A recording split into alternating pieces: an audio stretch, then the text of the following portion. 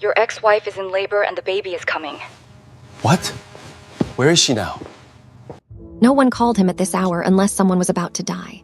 He was Seoul's most dangerous man, a mafia boss whose empire stretched from the Han River to the docks of Busan. His phone rang at 3 a.m, cutting through the silence of his penthouse like a blade. Kang Min-ho didn't move at first, just stared at the unknown number glowing on the screen, his jaw tight with the kind of control that came from years of making enemies fear his name. But when he answered, the voice on the other end wasn't one of his men.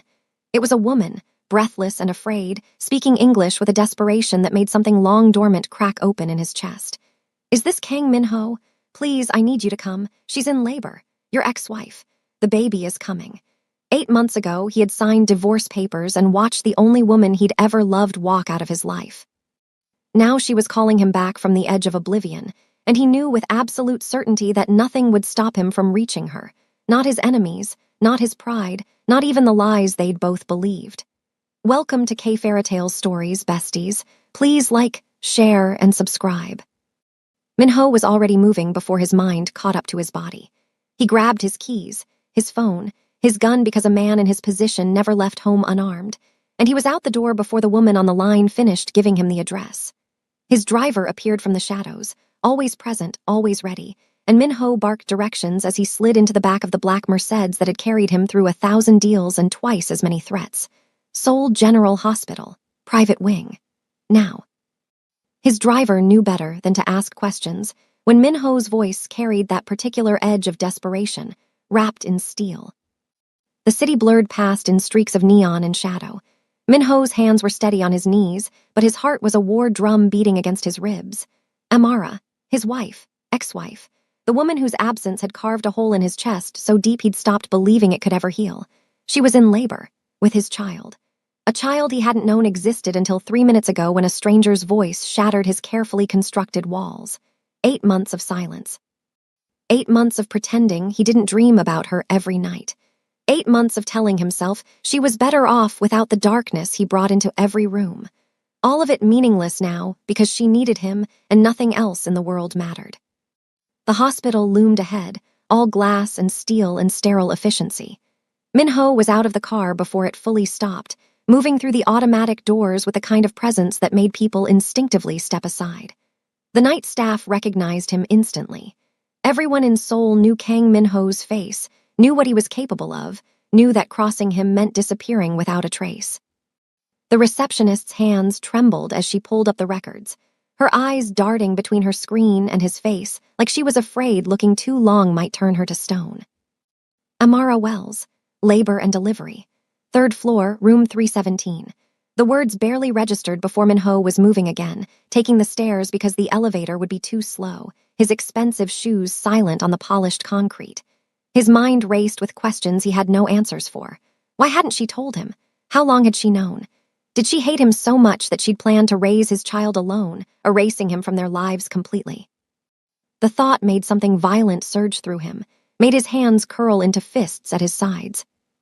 He reached the 3rd floor and forced himself to slow down, to breathe, to remember that walking into that room like a storm would only terrify her. The hallway was quiet, just the soft beep of monitors and the distant sound of a baby crying somewhere. Room 317. He could see through the small window in the door.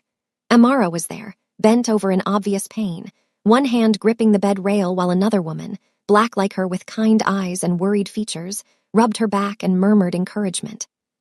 The sight of Amara hurting made every protective instinct he tried to kill come roaring back to life with the force of a freight train. Min-ho pushed open the door. Both women turned, and the look on Amara's face when she saw him was everything. Shock and relief and something that looked dangerously like hope, all mixed together in those dark eyes he'd memorized years ago when he'd still believed in forever. She was more beautiful than he remembered. Her natural hair was pulled back from her face, her brown skin glowing despite the pain, her curves fuller now with pregnancy.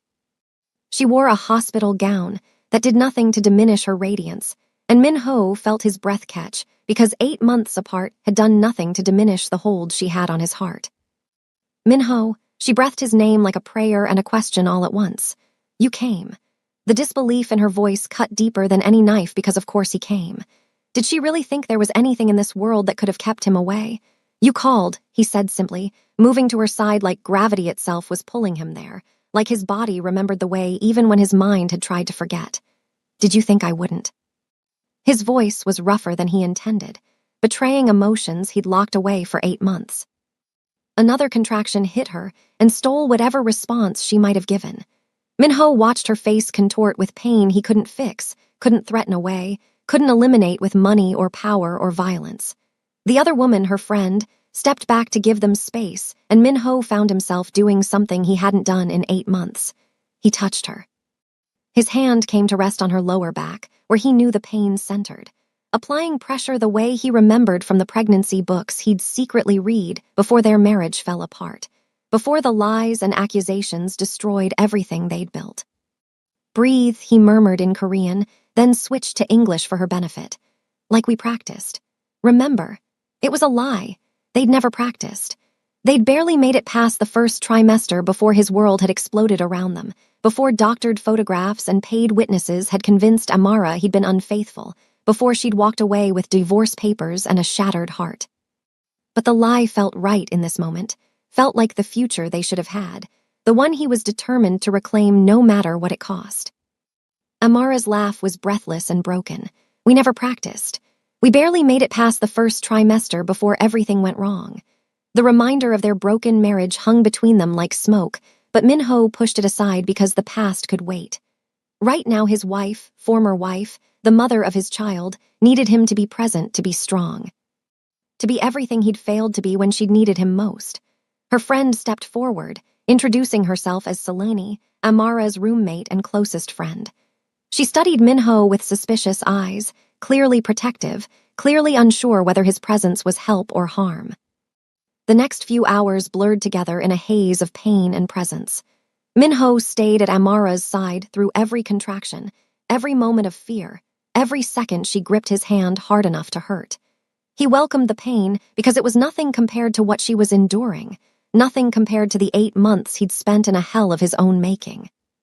Selene hovered nearby with water and encouraging words, but it was Minho that Amara kept looking at, kept reaching for, kept needing in ways that made his chest tight with emotions he'd buried under years of violence and power.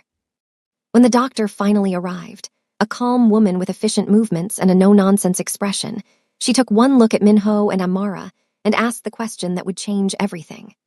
Father. Her tone was professional, but her eyes were sharp, already cataloging the tension between them. The way Amara's hand clutched his like a lifeline, the way Minho's jaw was set with the kind of determination that suggested he'd fight anyone who tried to remove him from this room. Yes, Minho said before Amara could answer, his tone brooking no argument. I'm the father. Amara's eyes found his, wide and questioning, searching his face for something he hoped she could see. The truth, the regret, the desperate need to be part of this, part of her life, part of their child's future. She didn't contradict him. The doctor nodded, satisfied, and began her examination while Minho held Amara's hand and pretended his world wasn't tilting off its axis with every breath she took. The doctor's expression grew serious as she worked, her brow furrowing slightly. The baby's heart rate is dropping, she said calmly but firmly. We need to prep for an emergency cesarean section. Now. The words hit Minho like bullets. Amara's hand tightened around his, her eyes filling with tears. Is the baby okay? Will my baby be okay? The fear in her voice made Minho want to destroy something, made him want to tear down the walls until he found a way to fix this, to make the universe bend to his will the way everything else in his life did. But this wasn't his world. This was medicine and biology and things he couldn't control no matter how much power he wielded. The doctor squeezed Amara's shoulder reassuringly. We're going to take excellent care of both of you. Dad, you'll need to wait outside. No, the word came out flat and absolute. Minho's hand tightened around Amara's. I'm not leaving her. The doctor opened her mouth to argue, but something in Minho's expression made her reconsider. She'd worked in this hospital long enough to recognize power when she saw it, to know when a battle wasn't worth fighting. Fine, you can scrub in, but you follow my rules or you're out. Understood. Minho nodded once, already moving to wash his hands, to put on the sterile gown and mask, to do whatever was necessary to stay by Amara's side. The operating room was cold and bright and terrifying in its efficiency. Amara was awake but groggy from the epidural, her eyes tracking Minho's every movement like he was her anchor in a storm. He positioned himself by her head, one hand holding hers, the other stroking her hair with a gentleness that would have shocked anyone who knew him in his other life. "I'm here," he murmured against her temple. "I'm not going anywhere. You're going to be fine. Our baby is going to be fine. I promise." It was a promise he had no right to make, a promise that defied logic and medicine and fate itself. But he meant every word. The surgery happened behind a sterile drape that blocked Amara's view. Minho watched the doctor work with steady hands, watched her make the incision, watched her reach in and lift out a tiny, perfect, screaming human being. A girl. His daughter. The doctor held her up briefly before whisking her to the warming table where nurses suctioned her airway and wiped her down and performed all the mysterious rituals of newborn care. Minho couldn't look away. She was so small, so impossibly fragile, with dark skin and a full head of black hair and lungs that worked perfectly if her furious crying was any indication. "She's beautiful," Amara whispered, tears streaming down her face. "Minho, she's so beautiful," he couldn't speak. His throat was too tight, his chest too full of emotions he didn't have names for. Beautiful was inadequate. She was a miracle. A piece of him and Amara made flesh, proof that love could create something pure even when everything else was broken. The nurses finished their assessment and brought the baby over, placing her carefully on Amara's chest for skin-to-skin contact. Amara's hands came up to cradle their daughter, and Minho watched his entire world reshape itself around this moment. 7 pounds, 3 ounces, the nurse announced. Perfectly healthy despite the dramatic entrance. "What's her name?" Minho looked at Amara. They'd never discussed names. They'd never discussed anything because she'd been pregnant and alone and keeping it from him for reasons he still didn't understand. Amara's eyes met his over their daughter's head. "Naomi," she said softly, "after my grandmother. Naomi Kang." Minho's heart stopped at the sound of his last name attached to his daughter. Amara hadn't changed it, hadn't stripped away that connection even in divorce. "Naomi Kang," he repeated, testing the words, feeling them settle into his bones. "It's perfect. She's perfect." Later, after the surgery was complete and Amara had been moved to recovery, after the initial chaos had settled into the quiet hum of monitors and distant hospital sounds, Minho stood by the window holding his daughter while Amara slept. Naomi was wrapped in a pink blanket, her tiny face peaceful now that the trauma of birth had passed.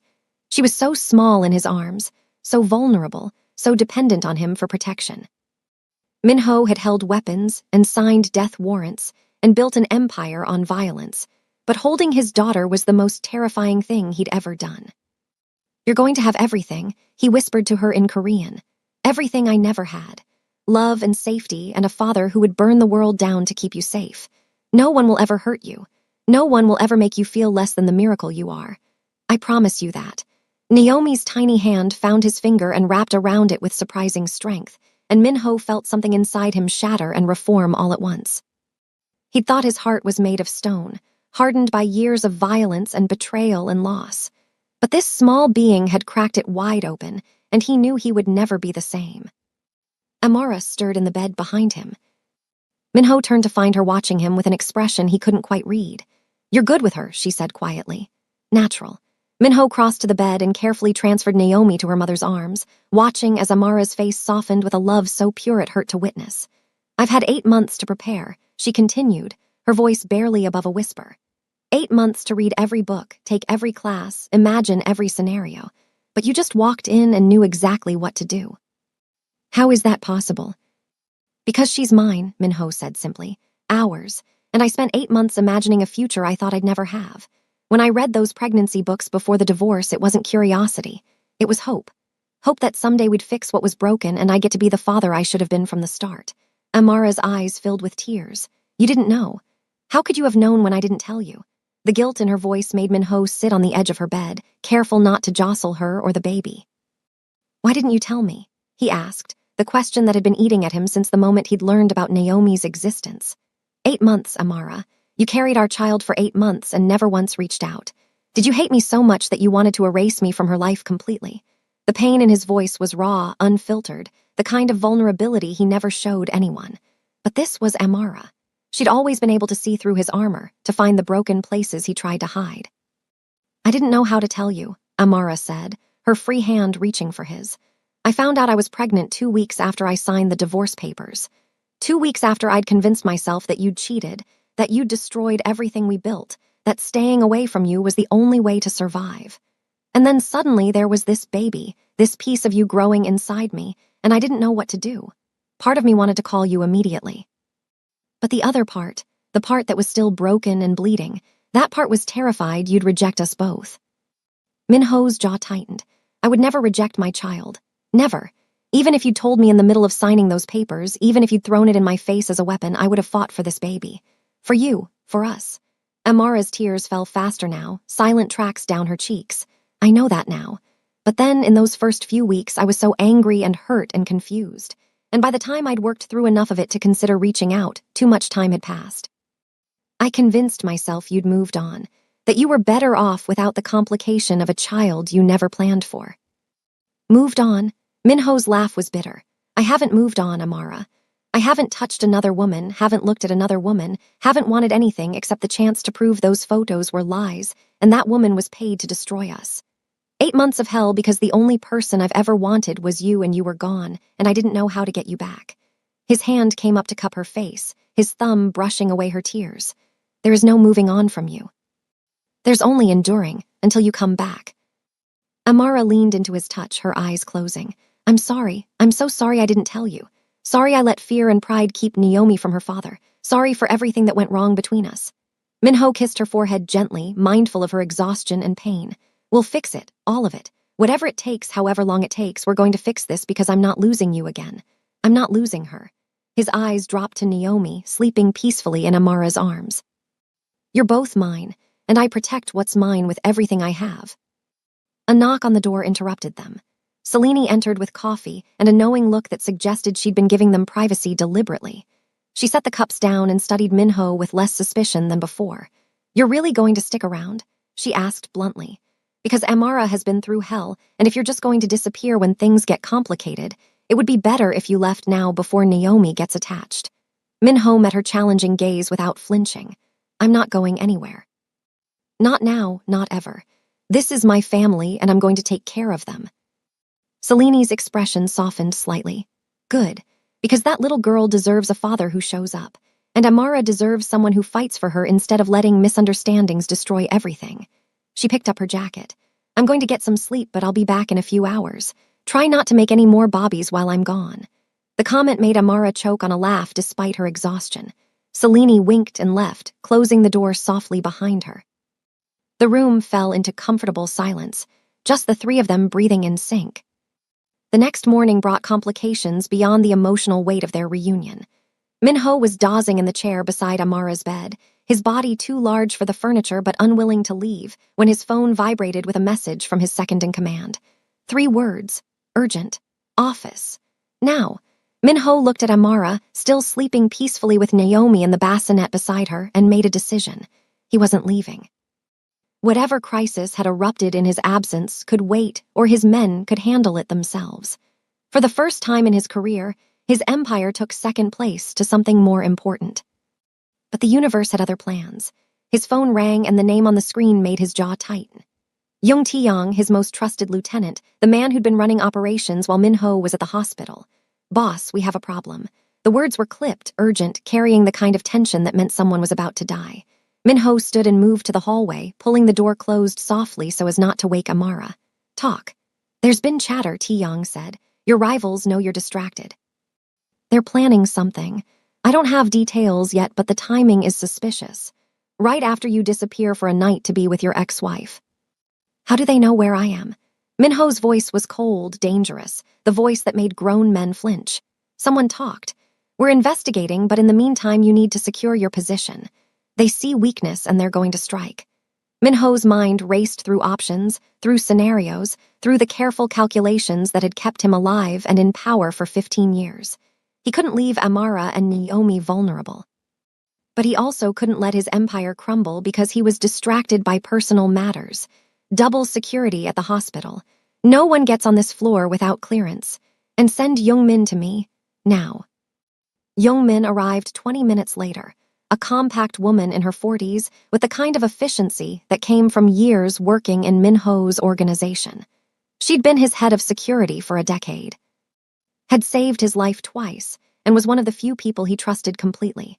"Boss," she said by way of greeting, her eyes scanning the hospital hallway with professional assessment. "We have a situation." "Tell me something I don't know," Minho muttered. "What's the intel? 3 different organizations are positioning for a move against your territory. They think you're vulnerable because of the divorce, because you've been erratic lately." "I haven't been erratic, I've been grieving. There's a difference." Youngmin's expression softened slightly. "I know, but they don't see it that way. They see opportunity. And there's something else." She hesitated, which was unusual. Youngmin never hesitated. "One of the organizations is being led by someone with a personal grudge. Someone who knew about Amara, who might have been involved in orchestrating the photos that destroyed your marriage." Minho went very still, his voice dropping to a whisper that was more terrifying than any shout. "Who?" "Lee Sunwoo, your former business partner, the man you cut out 5 years ago for skimming profits." Minho's hands curled into fists at his sides. "Sunwoo. He should have killed him when he had the chance instead of showing mercy, instead of simply removing him from the organization and letting him walk away. Now that mercy was coming back to haunt him. What's his play?" Youngmin pulled up security footage on her phone. "He's been meeting with Amara's ex-boyfriend, the one from before you married her. They've been planning something together, something that involves her." Minho's vision went red at the edges. He'd known about Amara's ex, a man named Marcus Chen who treated her badly enough that she'd fled the relationship and ended up crossing paths with Minho. Marcus had tried to contact her several times after their marriage, had made veiled threats about exposing secrets that would ruin her reputation. Minho had dealt with him swiftly and efficiently, or so he'd thought. Apparently, Marcus had found new allies and a new reason to seek revenge. "Get me everything on Marcus Chen and Lee Sunwoo. Every communication, every movement, every person they've contacted. And Youngmin," his voice was deadly calm, "I want them alive. For now." Youngmin nodded and disappeared to make the arrangements.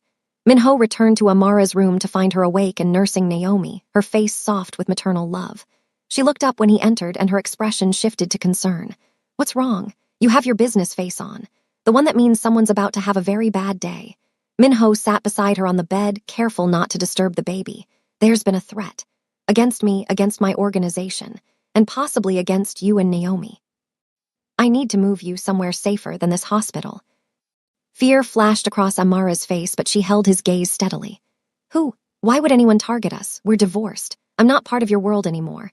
You're the mother of my child," Minho said gently. "That makes you part of my world forever.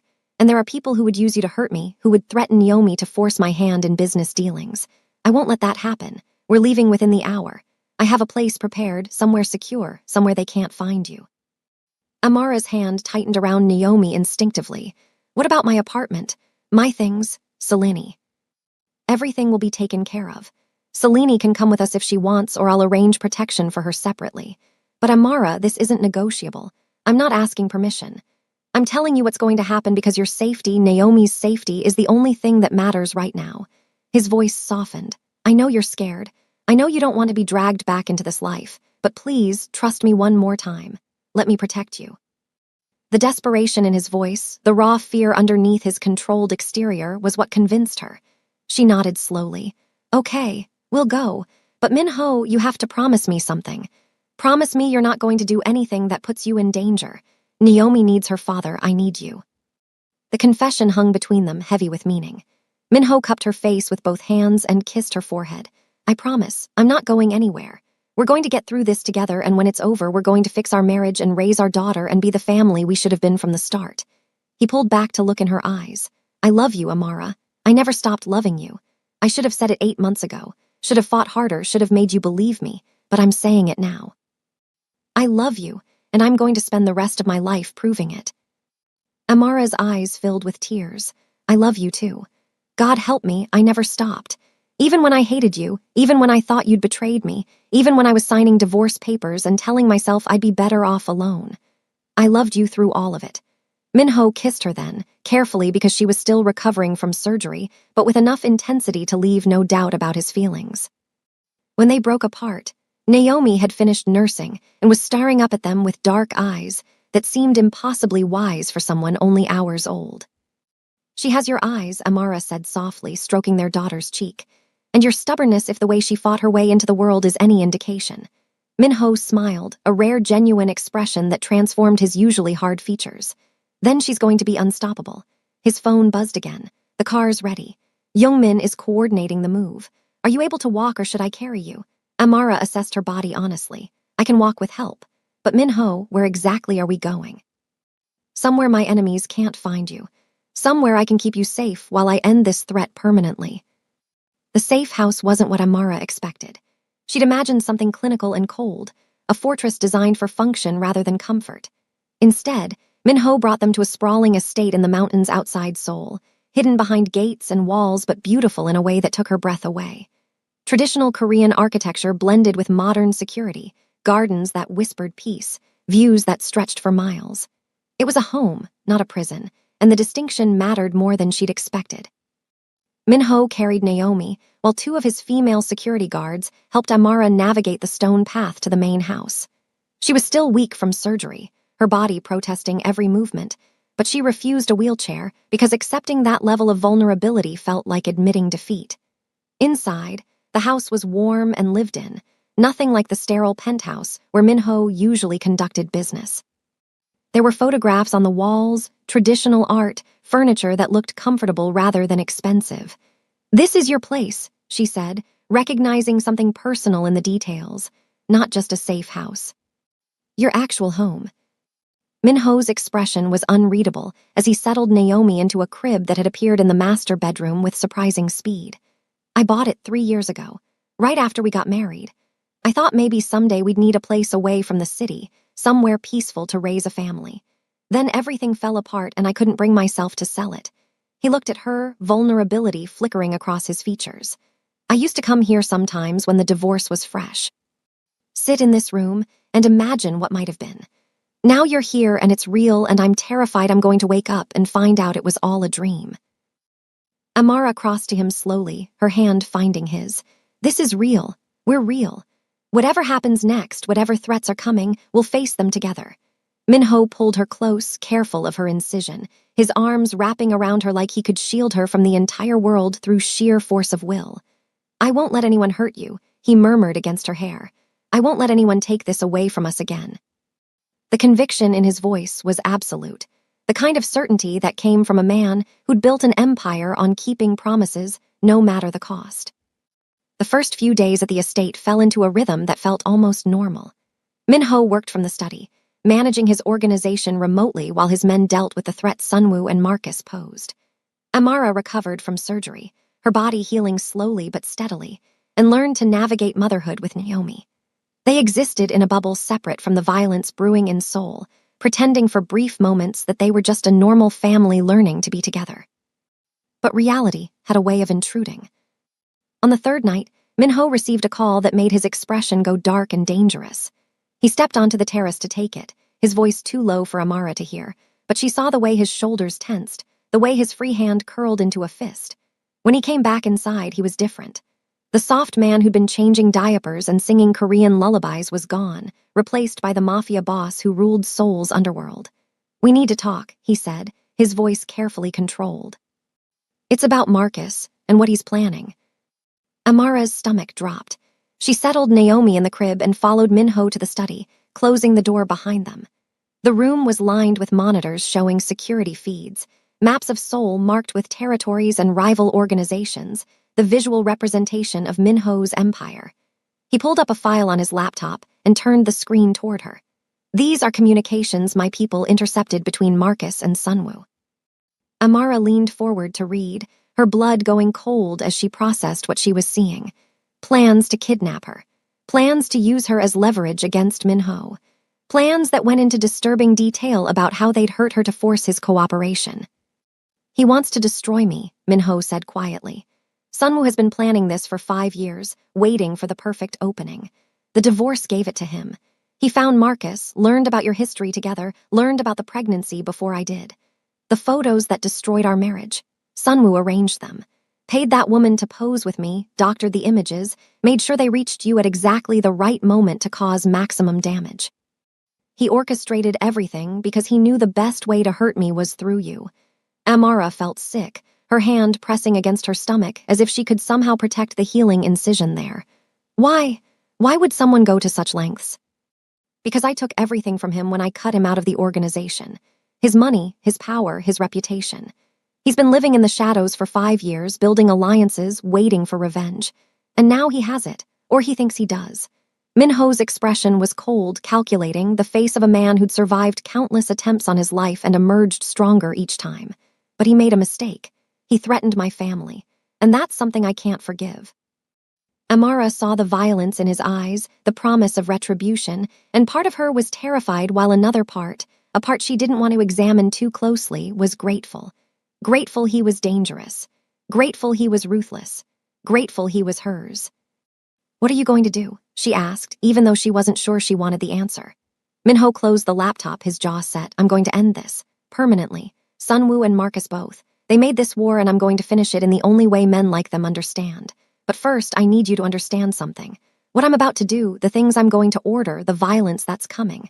It's not who I want to be. It's who I have to be to keep you safe. To keep Naomi safe. If that makes you hate me again, I'll live with it. But I won't apologize for protecting my family." "I don't hate you," Amara said firmly. "I'm terrified for you, terrified of losing you, but I don't hate you for doing what you have to do." She moved closer, taking his face in her hands. "Just promise me you'll come back. Promise me you won't do something stupid and heroic that gets you killed. Naomi needs her father. I need my husband." Minho's eyes widened at the word husband. "We're divorced," he said carefully, like he was afraid to hope. "Are we?" Amara's smile was soft, determined. "A piece of paper doesn't change how I feel. It doesn't change the fact that you're the only man I've ever wanted, the only future I can imagine. So yes, Minho, you're my husband. You've always been my husband. The divorce was just a mistake we're going to fix." Minho kissed her with enough intensity to make her forget the pain of her healing body, forget the threats lurking in soul, forget everything except the feeling of his hands in her hair and his heart beating against hers. When they finally broke apart, both breathing hard, he rested his forehead against hers. "I'm going to marry you again," he said, his voice rough with emotion. "Properly this time. With our daughter there, with your family there if you want them, with the whole world knowing you're mine. But first, I have to deal with Sunwoo and Marcus. And Amara, what I'm about to do, it's not going to be clean or pretty or anything you should be exposed to." "Then don't tell me the details," she said simply. "Do what you have to do and come home to us. That's all I ask." Minho pulled back to look at her, his eyes searching hers for any sign of doubt or fear. But all he saw was trust, absolute and unwavering, and it humbled him in ways violence never had. "How did I get so lucky?" he murmured, brushing his thumb across her cheek. "I don't deserve you." "Probably not," Amara agreed with a slight smile. "But you're stuck with me anyway. Now go, handle this." "And Minho," her voice dropped, becoming fierce, "make them regret ever touching what's yours." The operation happened fast and brutal, executed with the kind of precision that came from 15 years of ruling Seoul's underworld. Minho's men moved on Sunwoo's locations simultaneously, cutting off escape routes, eliminating allies, dismantling the network he'd built piece by piece. Minho personally led the team that went after Marcus, because some things required a direct touch, required sending a message that would echo through every rival organization in the city. They found Marcus in a warehouse near the docks, surrounded by hired muscle who scattered the moment they recognized Kang Minho's face. Marcus tried to run. They always tried to run, but Minho's men were faster. Better trained, more motivated because they knew what happened when you threatened the boss's family. They brought Marcus to his knees in the center of the warehouse, zip-tied and bleeding from a split lip where he'd tried to fight back. Minho approached slowly, his expensive shoes silent on the concrete floor, his presence filling the space with the kind of menace that made hardened criminals flinch. Marcus looked up at him with defiant eyes that couldn't quite hide the fear underneath. "You can't kill me," he spat. "I have connections, people who'll come for you if I disappear." Minho crouched in front of him, his expression cold and empty. "You threatened my wife, my daughter. You made plans to hurt them, to use them against me." His voice was conversational, almost pleasant, which somehow made it more terrifying. "Do you really think your connections matter now? Do you think anyone in this city is stupid enough to start a war over you?" Marcus swallowed hard, his bravado cracking. "She was mine first, before you, before your money and your power. She loved me, and you stole her away." The delusion in his voice was almost impressive. "She was never yours," Minho said flatly. "You hurt her, controlled her, made her believe she was worth less than she was. I gave her freedom and respect and love. That's why she chose me. That's why even divorced, even apart, she's still mine and always will be." He stood, nodding to his men. "Make sure he understands what happens when you threaten my family. Then make sure no one ever finds him. Marcus's screams followed Minho out of the warehouse, echoing off steel walls, but he didn't look back. Some things required brutality. Some messages required blood. That was the reality of his world. Sunwoo was harder to find.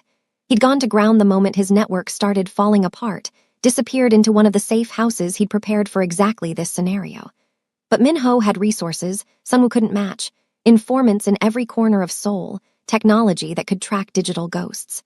They found him 3 days after Marcus disappeared, holed up in an apartment in Itaewon with enough weapons to start a small war. The assault was surgical. Minho's tactical team breached the door at dawn, moving through the apartment with the kind of efficiency that came from years of practice. Sunwoo managed to get off 2 shots before they subdued him, both going wide, both desperate. When the smoke cleared, he was bleeding from a shoulder wound and cursing in Korean while Minho's men secured the scene. Minho entered the apartment once it was clear, stepping over debris and spent shell casings, his expression carved from stone. Sunwoo looked up at him with hate-filled eyes. You think this ends anything? I'm not the only one who wants you dead. There are others. There will always be others. Minho pulled up a chair and sat, his posture relaxed despite the violence surrounding them. You're right. There will always be others. That's the nature of power. But you made a mistake, Sunwoo. You made it personal. You went after my family, and that I can't allow. He leaned forward. So here's what's going to happen. You're going to confess everything. Every detail of how you orchestrated the photos, how you found Marcus, how you planned to use my wife against me. You're going to record it all, and then you're going to disappear. And if I refuse?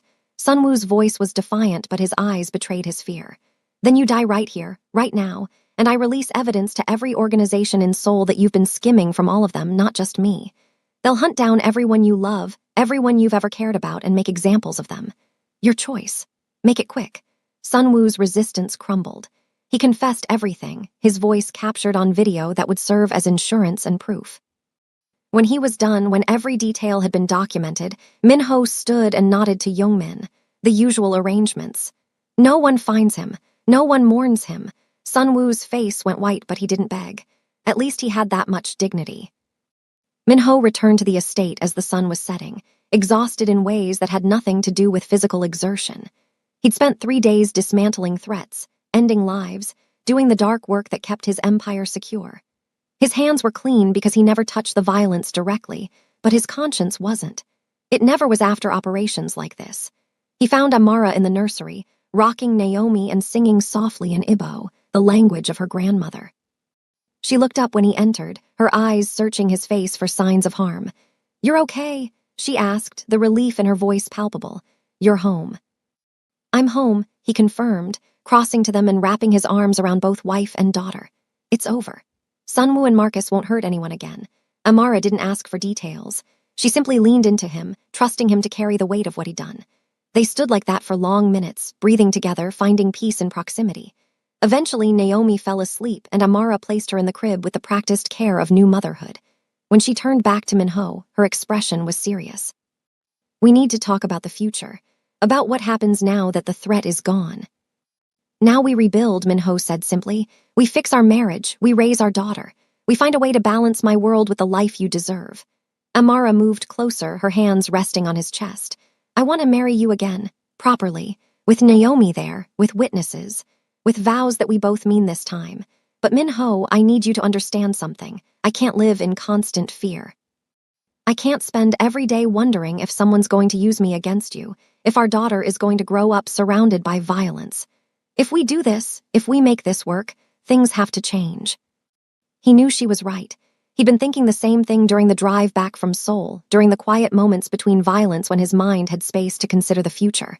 "What do you need from me?" he asked, his hands settling on her waist. "Tell me what would make you feel safe and I'll make it happen." Amara took a breath, gathering courage. "I need you to start transitioning your business to something legitimate. Not overnight. I know that's impossible. But over time. Over years if necessary. I need to know that when Naomi is old enough to understand, her father isn't someone she has to be ashamed of." Minho was quiet for a long moment, processing the request. What she was asking would take years, would require careful maneuvering, would mean giving up the power he'd spent 15 years accumulating. But when he looked at his daughter sleeping peacefully, when he felt Amara's heartbeat under his palms, the choice was obvious. "I'll do it," he said, not all at once, but I'll start moving my holdings to legitimate businesses, real estate, tech, finance. Things that don't require violence to maintain. It'll take time and there will be challenges, but Amara, for you, for her, I'll become whoever I need to be. Tears spilled down Amara's cheeks. That's all I needed to hear. Not promises that you'll change overnight. Just promises that you're willing to try, that our family matters more than your empire. She pulled him down for a kiss that tasted like salt and hope and new beginnings. When they broke apart, Minho's eyes were suspiciously bright. I love you, he said roughly. More than power, more than my organization, more than anything I've ever built. You and Naomi, you're my legacy now. Everything else is just details.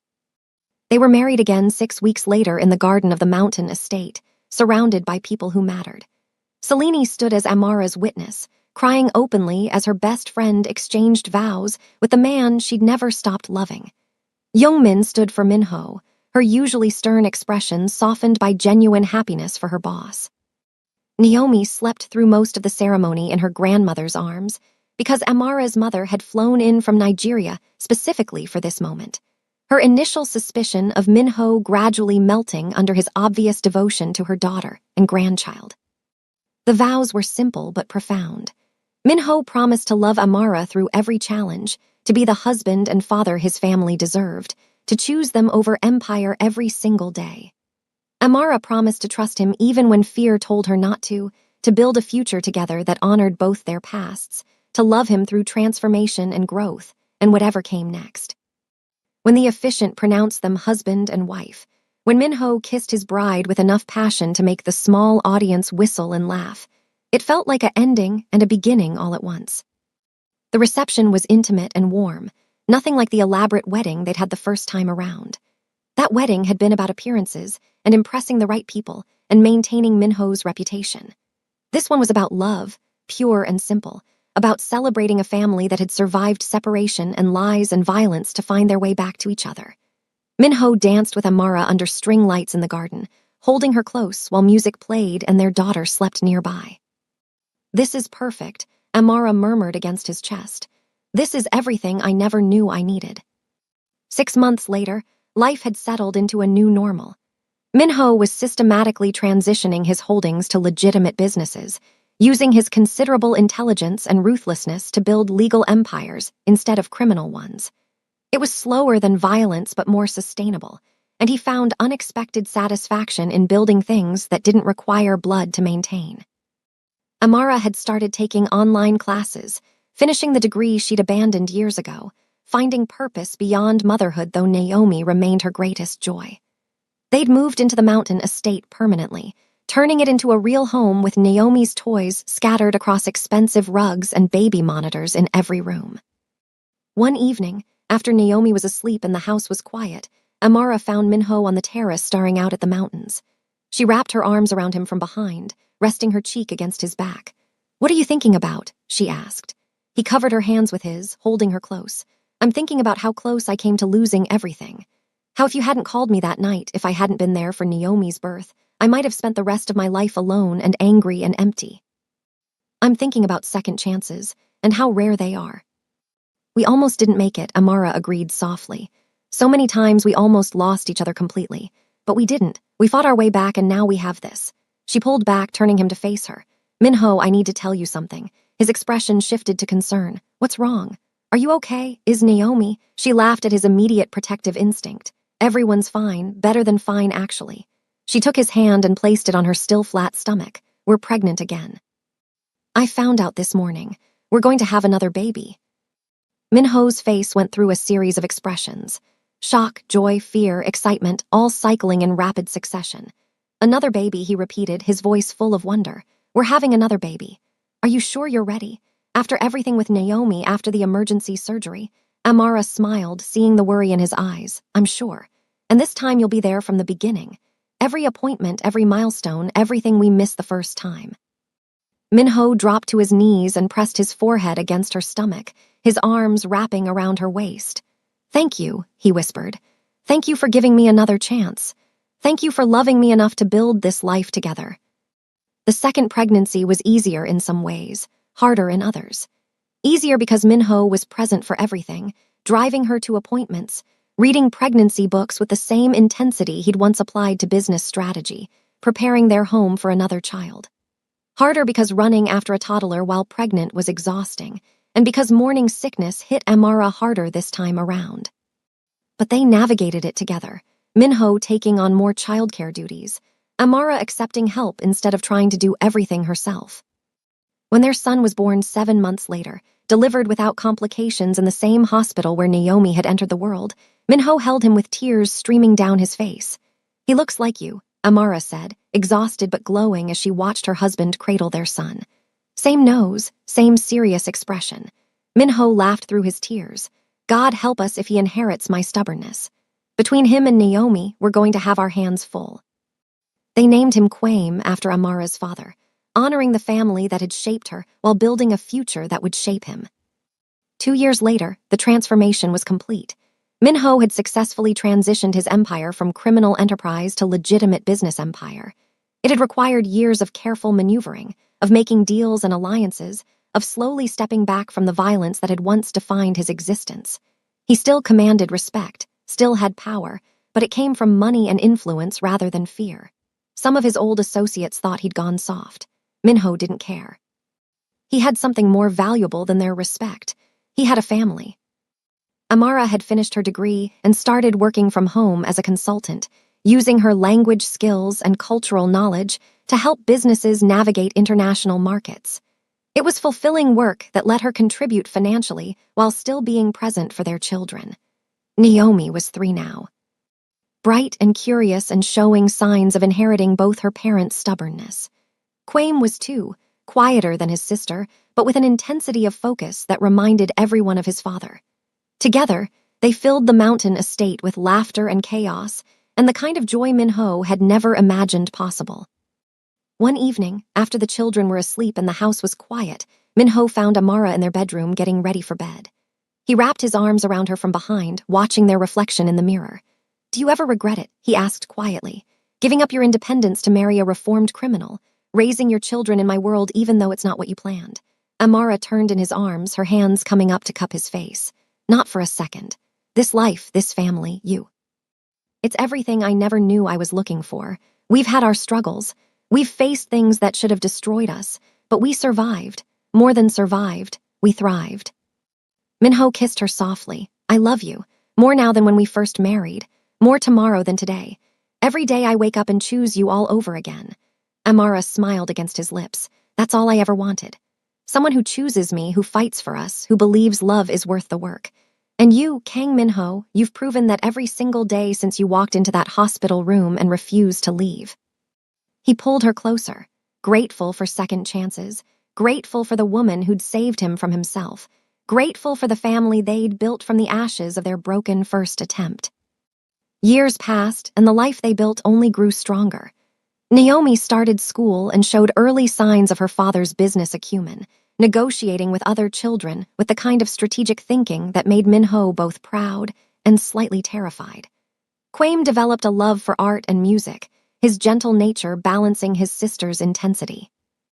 They grew up knowing their father had a complicated past, but seeing every day how he'd changed, how he'd chosen family over empire, how love had transformed him into someone worthy of their respect. On their 10th wedding anniversary, Minho took Amara back to the hospital where everything had changed. They stood in the hallway outside what had been room 317, holding hands like they had that first night when terror and hope had collided. "This is where it started," Amara said softly. "Where you came back into my life and refused to leave." Minho pulled her close. "This is where I became a father. Where I realized that losing you was the biggest mistake of my life. Where I decided I would do whatever it took to deserve a second chance." He kissed her temple. "Best phone call I ever received." They left the hospital and drove to the mountain estate where their children were being watched by Selene and Youngmin, an unlikely friendship that had formed over years of shared concern for the family. Inside, Naomi and Quaim were building an elaborate fort in the living room, their laughter echoing through the house. Minho watched them play and felt his chest tighten with emotion he still wasn't fully comfortable expressing. "This is what I was meant for," he said quietly. "Not running criminal empires or making enemies fear my name. This, being their father, being your husband, building something real instead of just surviving. Amara leaned into him, her head on his shoulder. You've built an amazing life for all of us. I'm proud of you, proud of the man you've become. The words meant more to him than any business success, any amount of money, any measure of power ever had. That night, after the children were asleep and the house was quiet, Minho and Amara lay in bed talking about the future, about maybe having another child, about the business opportunities emerging in new markets, about growing old together and watching their grandchildren play in these same gardens. It was a future Minho had never imagined possible when he'd been Seoul's most dangerous man. But now, wrapped in Amara's arms with his children sleeping down the hall, he couldn't imagine wanting anything else. The phone that had rung at 3 in the morning 8 months after their divorce, the call that had brought him to the hospital, had changed everything. It had given him back his family. It had given him a second chance at love. It had given him a daughter and then a son and a future worth living for. Minho had spent 15 years building an empire of fear and violence. But in the end, the only empire that mattered was the one he'd built with Amara. An empire of love and trust and second chances. An empire that would last longer than any criminal organization because it was founded on something stronger than fear. It was founded on family. And that was worth more than all the power in Seoul. That was worth everything.